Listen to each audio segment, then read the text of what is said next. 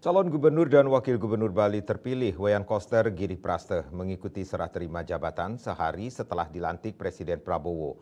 Hal ini disampaikan Kepala Biro Umum dan Protokol Pemprov Bali Iwayan Budiase.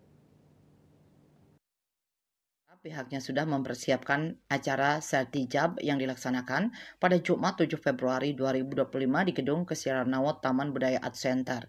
Ia mengatakan prosesi serah terima jabatan dari PJ Gubernur Bali, Sang Made Mahendra ke Kepala Daerah definitif akan berlangsung pukul 10 WITA. Budiase mengatakan prosesi akan berlangsung formal, namun tidak menutup kemungkinan berisi hiburan mengikuti kondisi tempat, mengingat Pemprov Bali akan mengundang sejumlah tamu penting.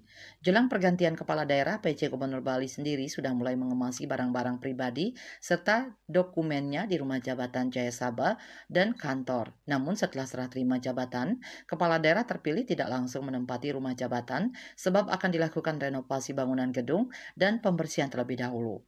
Selain menyiapkan sertijab dan rumah jabatan, jajaran Pemprov Bali juga berkoordinasi dengan protokol istana terkait agenda pelantikan, baik gladi bersih atau puncaknya secara teknis. Berikutnya mereka juga menyiapkan area di Taman Budaya bagi masyarakat yang hendak menyambut Wayang Koster Giri Praste usai prosesi. KMB Bali Pos melaporkan.